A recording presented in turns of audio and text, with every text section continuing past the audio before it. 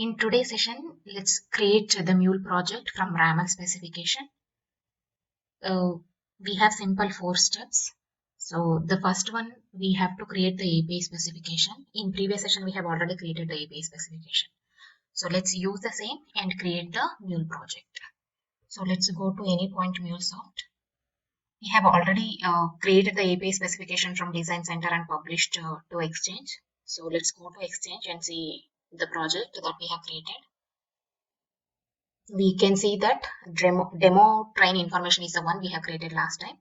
So let's use the same and create the project. In this, we can see we have two APIs, get trains, which gets the list of trains, and we have list of query parameters and also list of headers. And in success workflow, we will get the array of trains.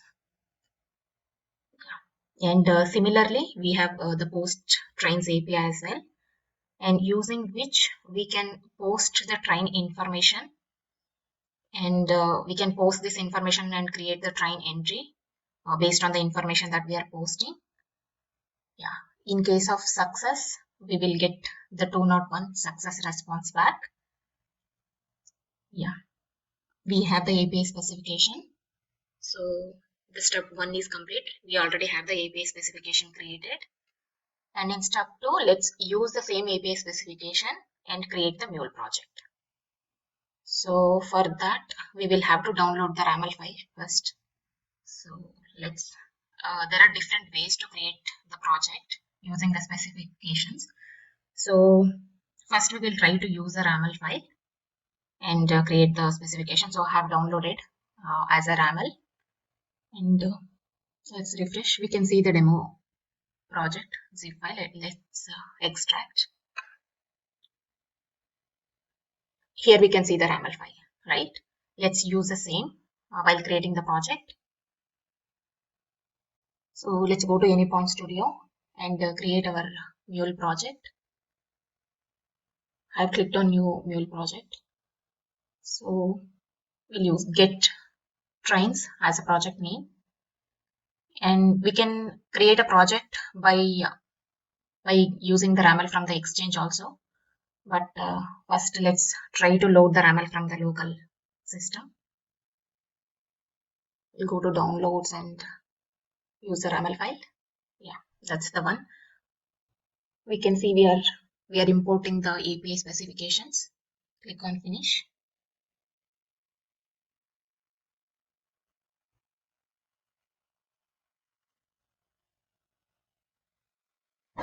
Now the API is created based on the API, the RAML that we have given. Yeah. And in source main resource folder, we can see the API information. We can see the RAML file details, and we can see the resource and the API details that we have. We have get API and post. We can see all the API specifications here. You can see the data type examples and everything in the resource folder. And demo train information is the Mule configuration file, which we can see the flows. As soon as we import the RAML file, we can, by default, the main flow will be there and also console will be there. The left side, we can see the flows available, and we have get trains and post trains APIs, exactly the way we have defined in the API specification. The same way flows are created.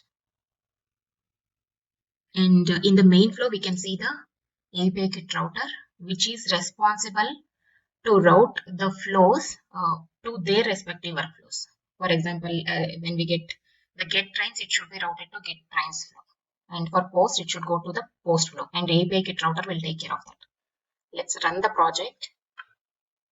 We also have the error handling. So if we get any bad request or not found or method not found, method not allowed, if we get any exception, we have different types of exception handler here. Let's wait to get it deployed. And if you see the get trains, we already have the payload. let it load. So based on the API specification, we already have the hard-coded JSON response.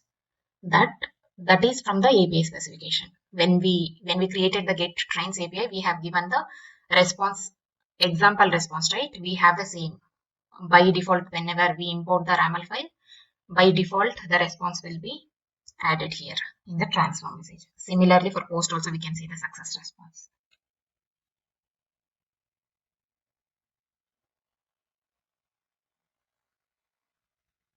Now the application is deployed. Now let's call the API. We already have the listener and it's already connecting to a localhost 8081 by default. So let's create a new request and call our API.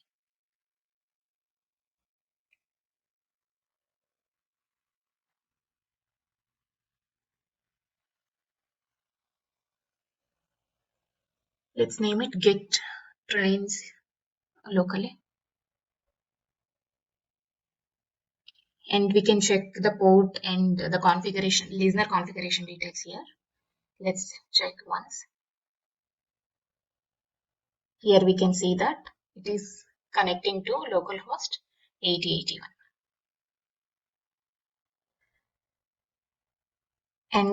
And in the path we have API. So let's create the URL localhost 8081/API. So because the API was the path. So once we give the path, the next is get trains. Because now we will test the get trains API first. Trains was the resource, right? So let's use the same. We are getting the bad request. So what we are getting the exception and API kit request. API kit bad request. We can see that in the error handling, right? This was the payload bad request. So we are getting the same payload back. We are getting the exception because we know that we had to pass the query parameter, client headers and all. We have not passed it properly, so we are getting the bad request. As soon as we get the API kit bad request exception, this error handling is catching that exception and building the payload. So let's customize the error. So we are customizing the payload. So now if we get the error, we should get different message now.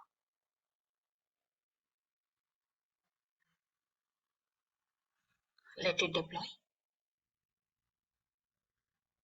It's deployed.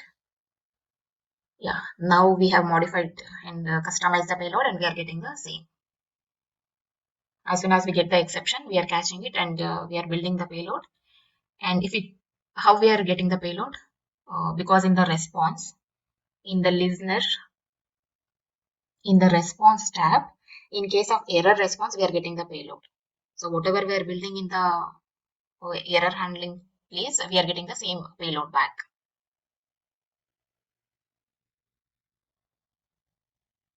So we know that we are missing the query parameters, right? Because as per the API specification,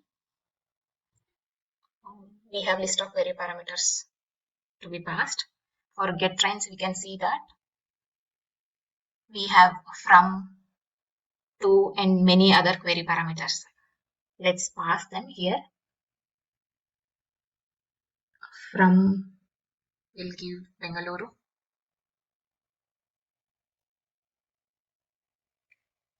To Chennai. And we have departure date because we want to get the trains based on the departure date. So let's give the departure date. And what is our next query parameter? Let's see the API specification. We need to give the booking class. So let's add that. And we have list of enums. Let's give all for now. And let's, what else we had to give? We have headers as well. So let's give category as also. in the query parameter. This is not a mandatory field, but let's give some value. We need to pass client ID and secret as well, but let's try to hit the service and see what we get. We are still getting the bad request, but bad request is not giving the proper information, right? Because we need to know what exactly is going wrong. So let's get the proper error message. Error will have the error information. So let's extract the description from the error.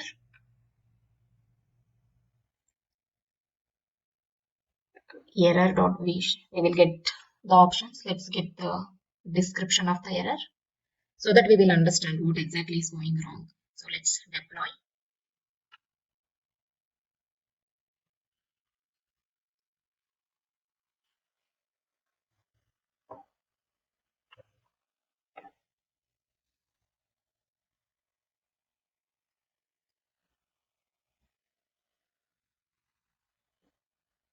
The application is deployed. Let's run the application.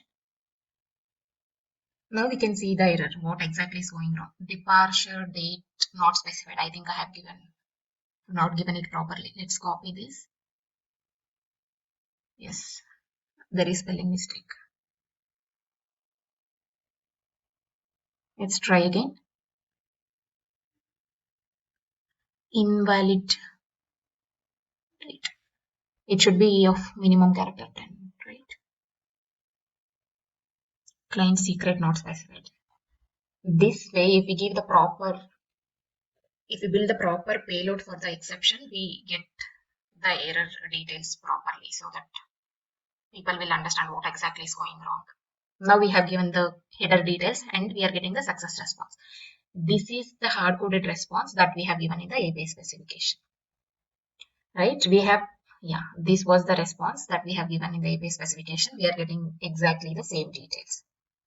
We have not done any coding.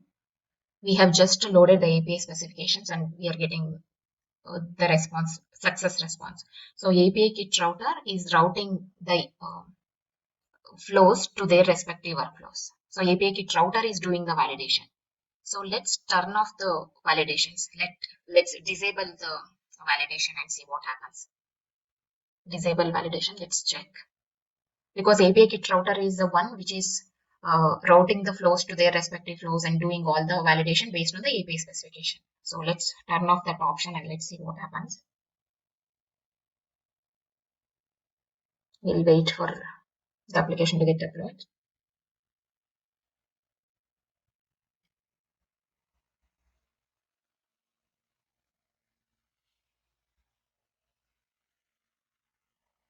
Now it's deployed. Let's check what's happening.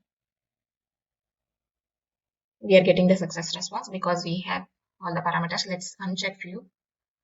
We are still getting the success response. That's because that API kit router is not doing any validations. It's not checking whether the parameters are passed or not. So let's uncheck that.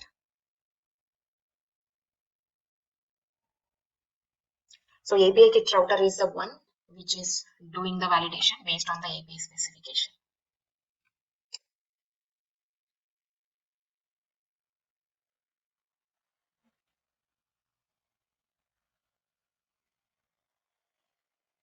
Let's wait for the deployment. It's taking time.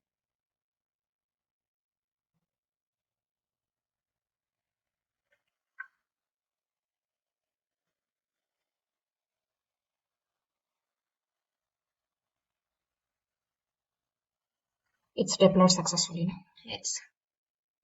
Let's test the API now. We should get the error because now the validation will be done and we are missing the parameters.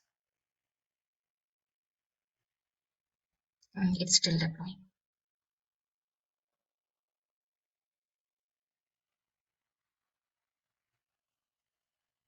Yes, we are getting the error, bad request, because we are missing the parameters.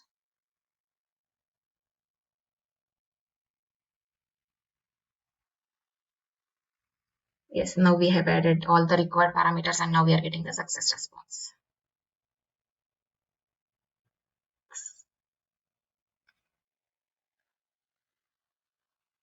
Now we have seen the API kit router and how we use, and we have the error handling, which is handling the different types of errors. And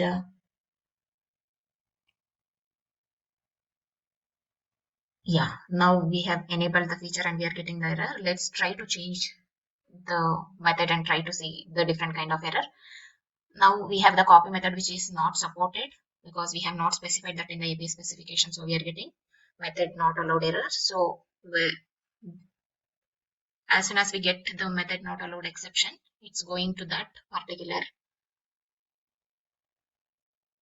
error handler and it's throwing the specific the related error back. So we have seen the success and the failure workflow. So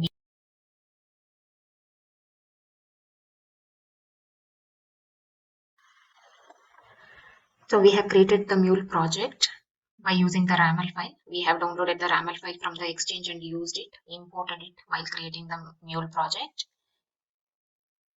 And we have got the hard-coded response till now. So in step 3, we will call some internal API and get the real data.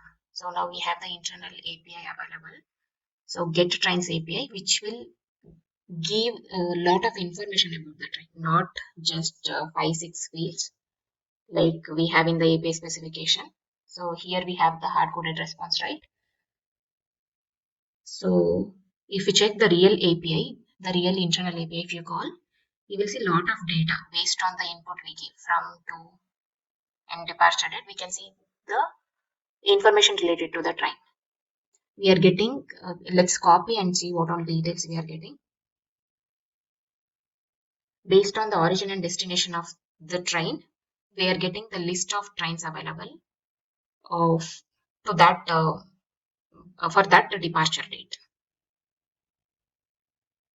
So we have copied the response and let's see the data available.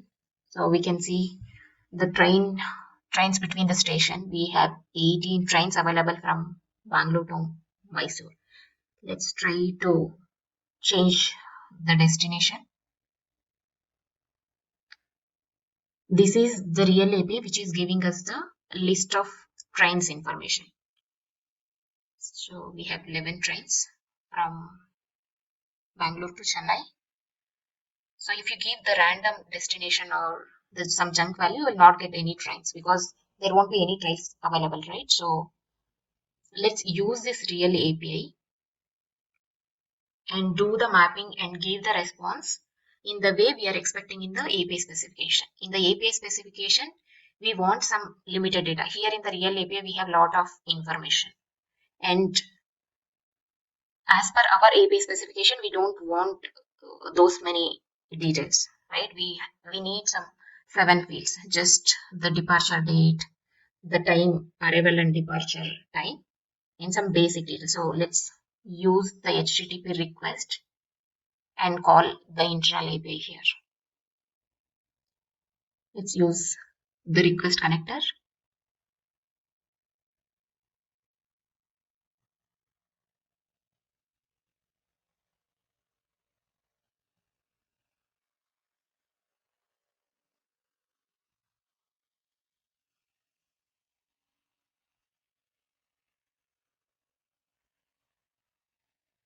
Let's click on this request connector and give the configurations, the details of the internal API.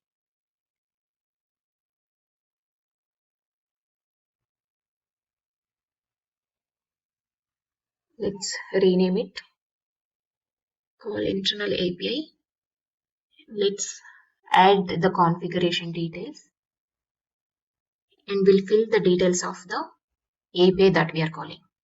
So we have to give the details of the host and the protocol, like select HTTPS, and let's copy the host. Let's copy it and add it for host. Let's click on OK.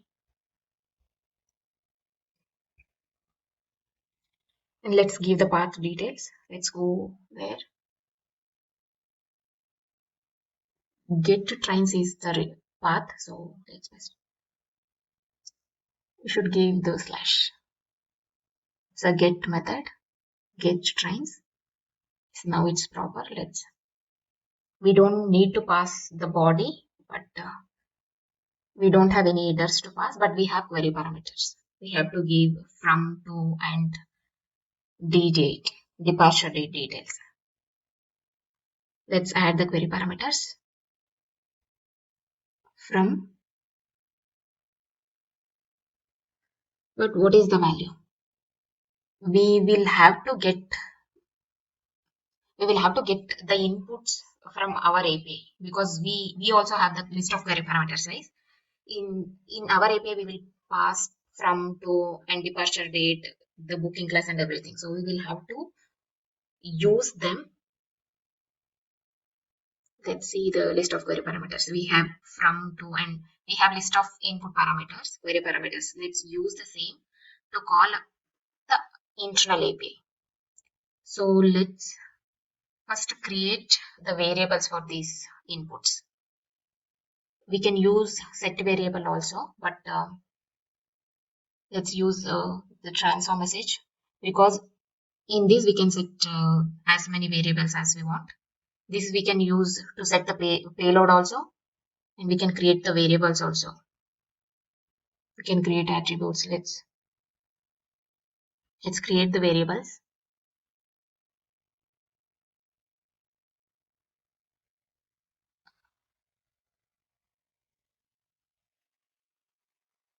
Click from.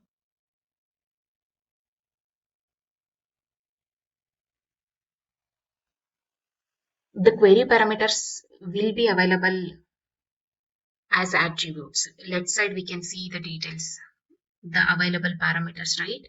There we can see client ID and client secret all are available under attributes. We want the query parameters, so attributes dot, we can see the available options, query params, and we can see all the query params, because it is understanding the API, because we have imported the RAML file, right? So it knows all the details of the API. Similarly, let's create for 2.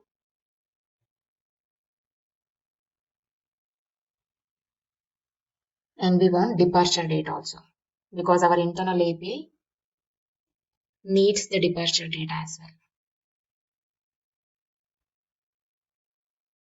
Let's give the name as dated. You can give any name. Attributes.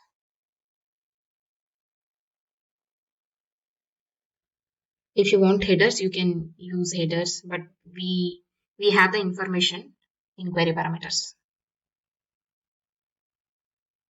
We have created 3 APIs, and we have payload also, but we don't need the payload, because in the get API we are not passing any payload, right? So let's remove it, because you can see in the body we don't pass anything, right? We don't need to write anything. We don't need to overwrite unknowingly also. So let's remove it.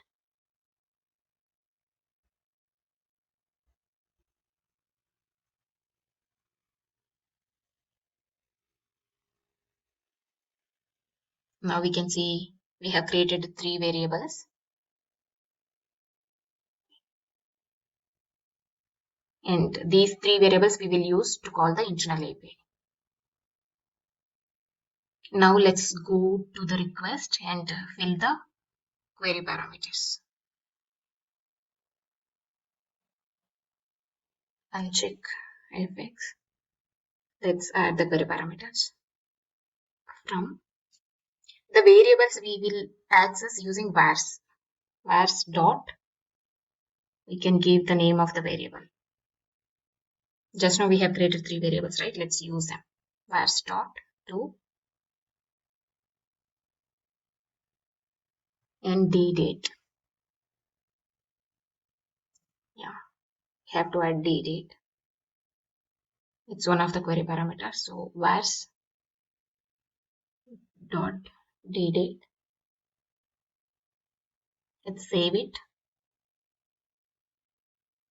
Let it get deployed. Time out. Let's run the project again.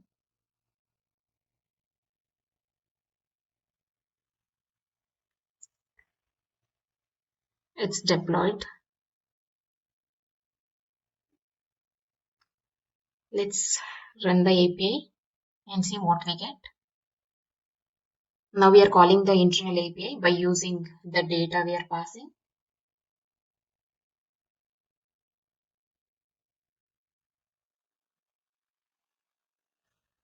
There is bad gateway exception. I think it is because I think we had to use HTTP, not HTTPS.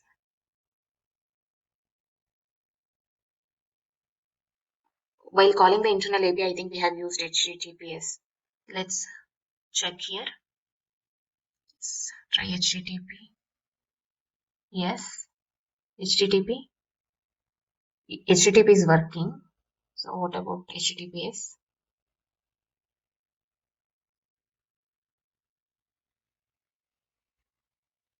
No, HTTPS is not working.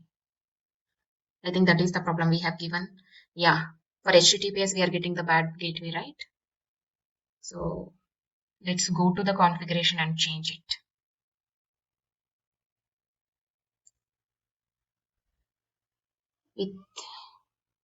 With HTTP,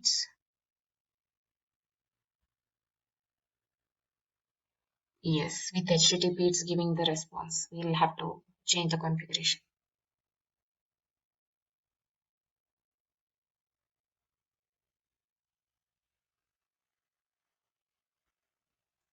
Let's edit the configuration. Let's change to HTTP. Save it. Let it get deployed.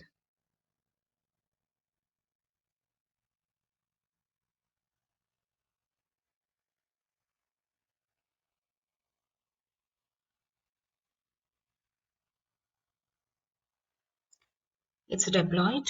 Now let's test the API. It should work now. Yeah, we are still getting the hard-coded response, right? There is no change because we are getting the response from when we call the internal API, we are getting the response. But at the end, if you see the request, output we are getting the payload, right? But that payload is getting overridden in the last transfer message. We can see that payload is getting overridden. So let's remove this and print the payload.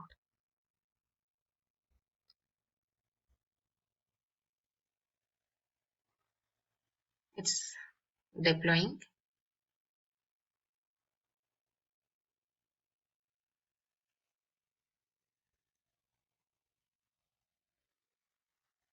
It's deployed. Let's test. Now we are getting the response. We are getting the payload that is returned from the internal API. There are a lot of information related to the train, but we don't want all those information. We want some limited information related to the train, right? We need the train number to from only the 7 fields, not the way that we are getting the response, because we are just calling the internal API and returning the payload as it is, right? We have not done any response mapping or anything. So let's do the response mapping. So transfer message, in transfer message, we are just giving the payload, right? So let's copy this input and create one input file. And let's take this input and do the transformation so that at the end we should get the response in the way that we have defined in the API specification. So let's go to the resource and create new folder, and we will create input examples.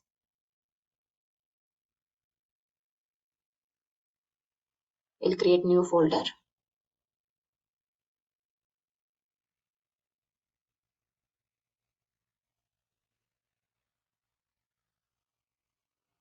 Examples.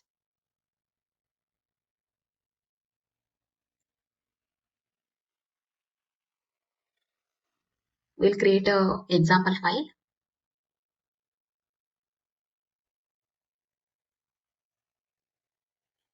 For internal trains response, we will create a in example JSON.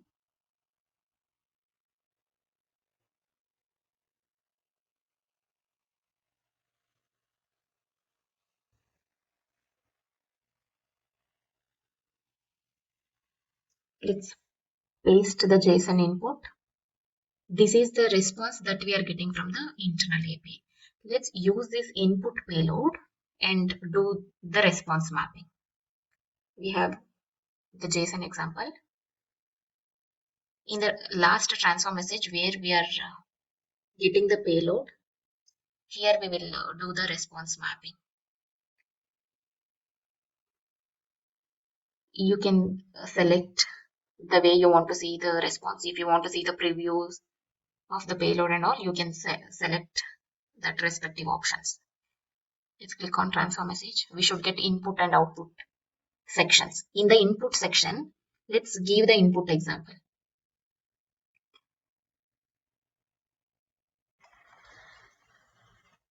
Let's create new type, trains payload. Create type. Here we can give the example that we have just created, and so that it can load the metadata. Let's select JSON because we have a JSON example. It's an example, not schema. Let's load the file, the example file.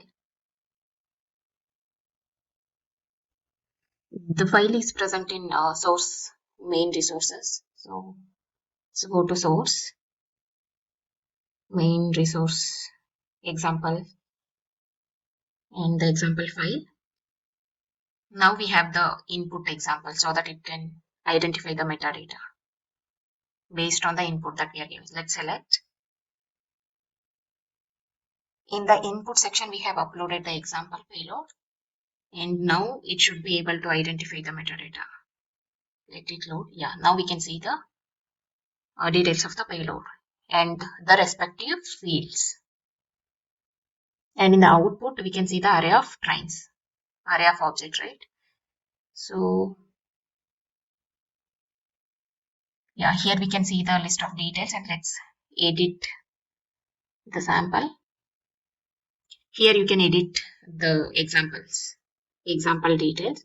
So we have the payload, and in the transform message, if I write payload, it should print the input payload.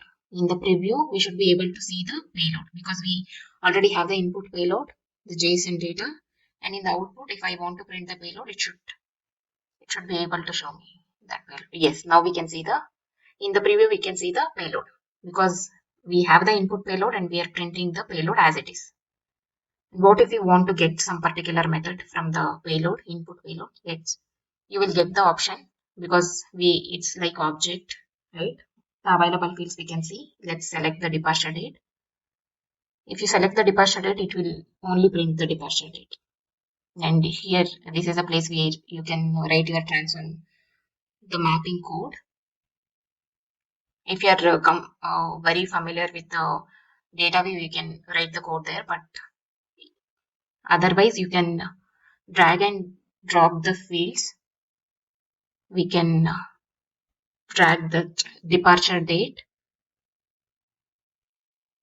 and map it. Let's drag and drop. Let's try to map the input departure date to the departure time. Now we can see that the code is automatically getting added. Now we are getting the departure time. And there are other field. Test is anyways, that is invalid field. It's train number. Train number will be there in the trains list. Let's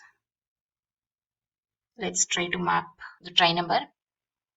Now we are in the preview, we are able to see the array of trains because we have many trains in the list. So now we can see the array in the preview.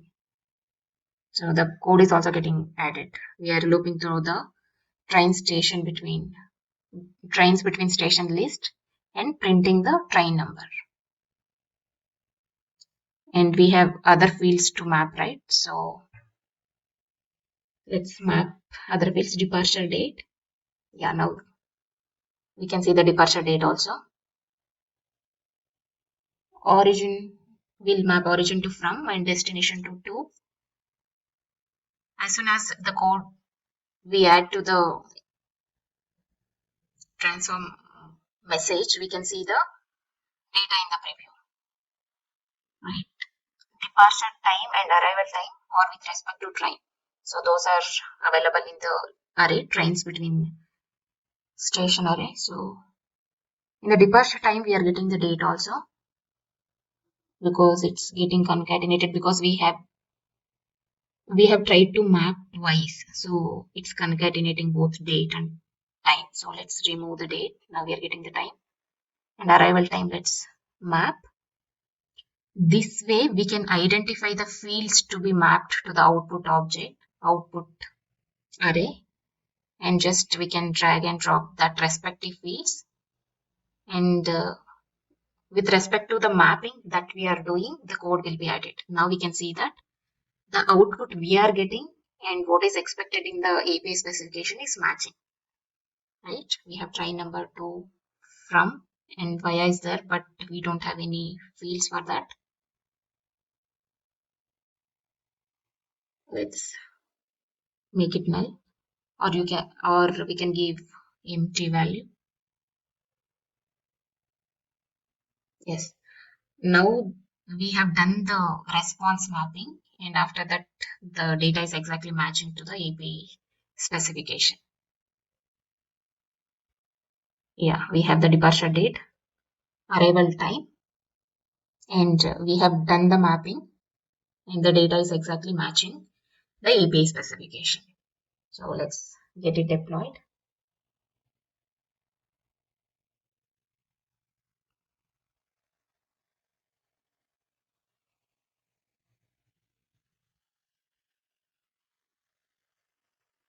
It's deployed. Let's run the API.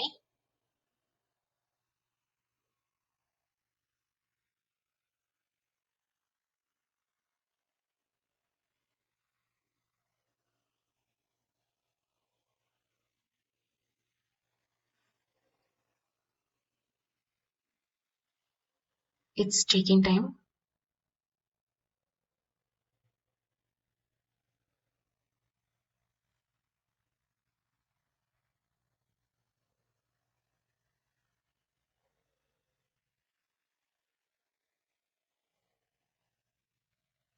Yes. Now we are getting the response. Yeah, we are not getting the hard-coded values. We are getting the response after the mappings. We can see that Bangalore to Chennai and that all the trains are from Bangalore to Chennai. Let's change it. Let's change the departure date also. Now we have to get Bangalore to Mysore, right? Previously we were getting a lot of information. Now after the response mapping, we are getting the response as expected. So let's give some random value. There are no trains between these stations because we have given the chunk value, so it's null.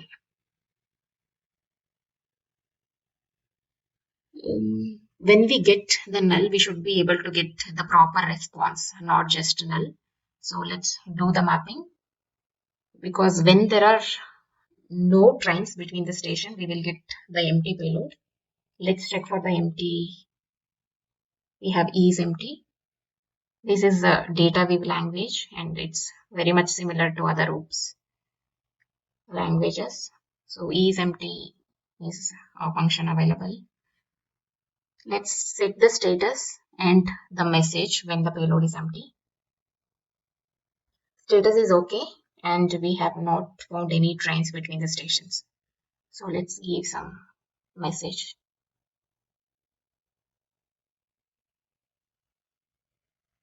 No trains found. If it's empty, let's print no train found. Otherwise, we will print the array of trains. Let's save it.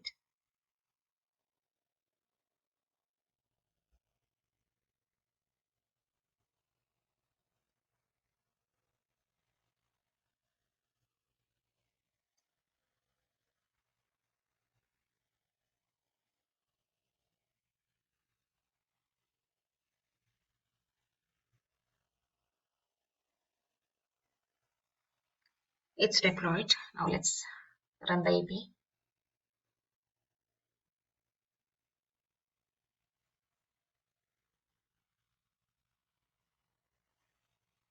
It's taking more time.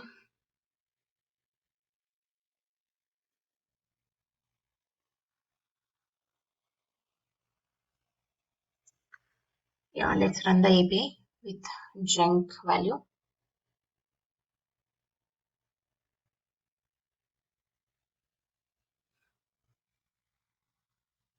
Yes, it's formatting. Yeah, now we are getting the different payload. There are no trains between the station and we are getting different message. Trains not found.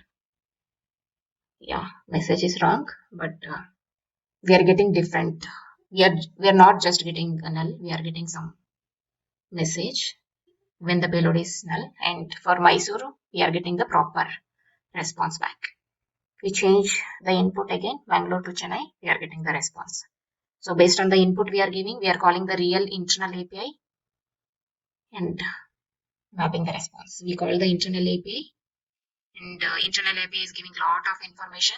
We have used that input payload and then the transformation.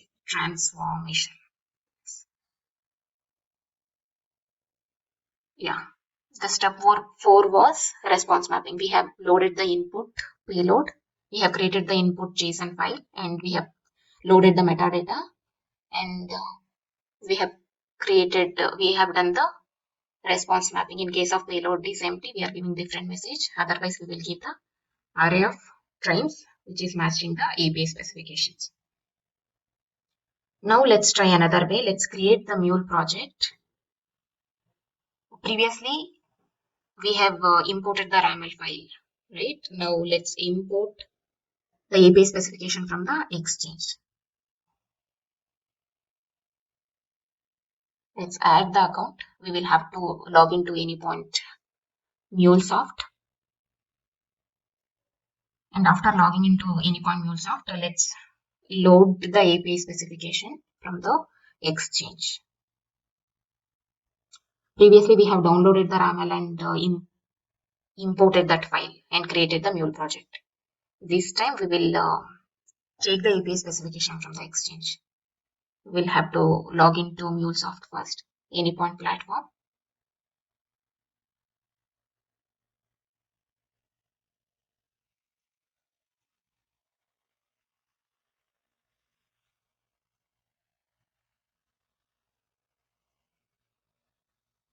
We have added the account.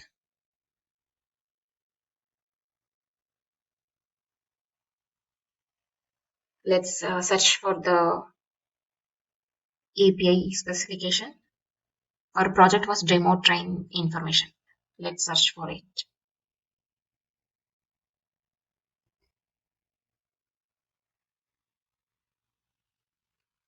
Yeah, we are able to see that.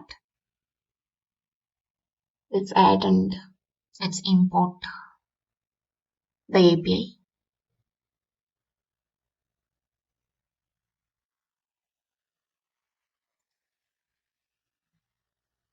Yeah, the project is created. This time we have imported the API specification from the exchange. Now we have created the new project, get trains from exchange. Here it's again same. We have four workflows, four flows, main, console, and other get trains and post trains as per the API specifications. It's exactly same as the previous project.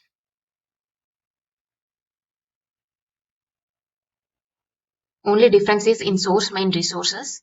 We don't see the API details. Like previously we have imported the RAML file, right? Where we were able to see the API and RAML details, and here we don't see those.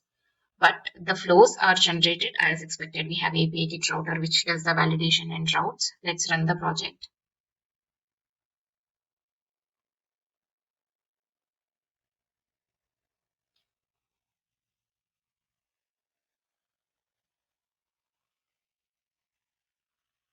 Let's this time we will use different port. Previously we had used 8081 port. This project is exactly similar to the previous one. just that we have used different way to create the project.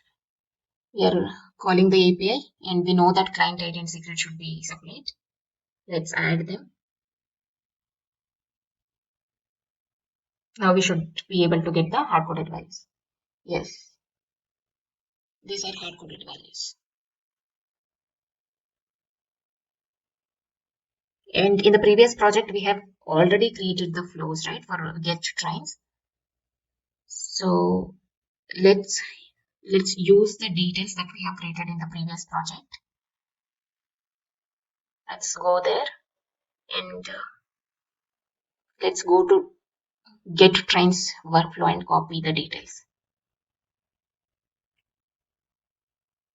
We can do the changes in the XML file as well in the configuration. So let's go to XML. This is the file from the old project. So let's go and copy the details and paste it in the new project. Let's find where is the get trains workflow. We don't have to always add the connectors and do the changes. We can do from XML as well.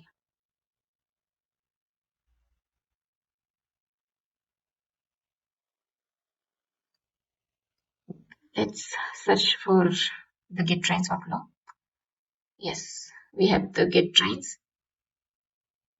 And yes, this is the get trains, has 3 connectors. Let's copy all of them and use the same details in the new project. Because we have already called the internal API and we have seen how to do the mapping by using the input example. Let's copy the details. Let's go to get trains flow. Go to XML. We have the hard-coded transfer message. Let's remove that.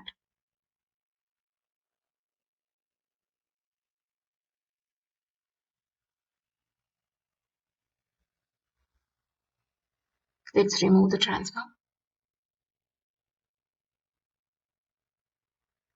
Let's go to the message flow and see if it's reflecting.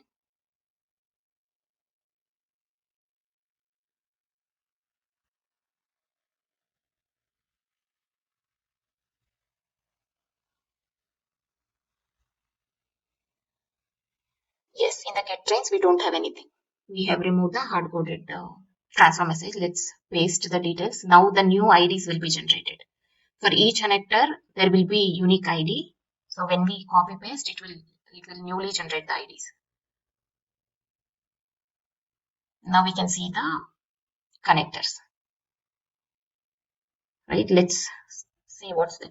In the transform, we can already see the variables. And here we just copied the connector, but we don't have the configurations yet.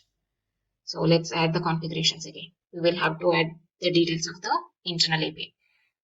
Let's go and add host, path, query parameters are already there because we just copied it from there, right?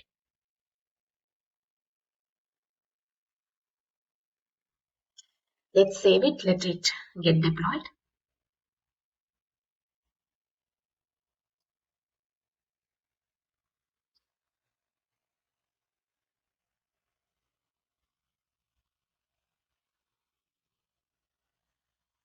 Let's run the API. We should be able to get the proper response now.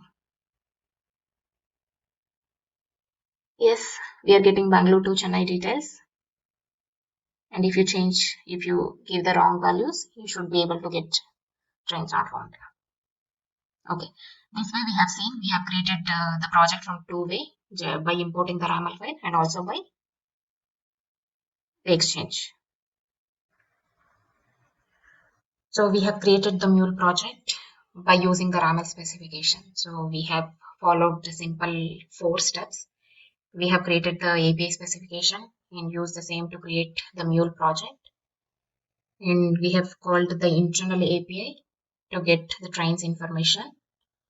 And also we have used the internal API's response and did the response mapping to get the trains response in the way we wanted in the API specification.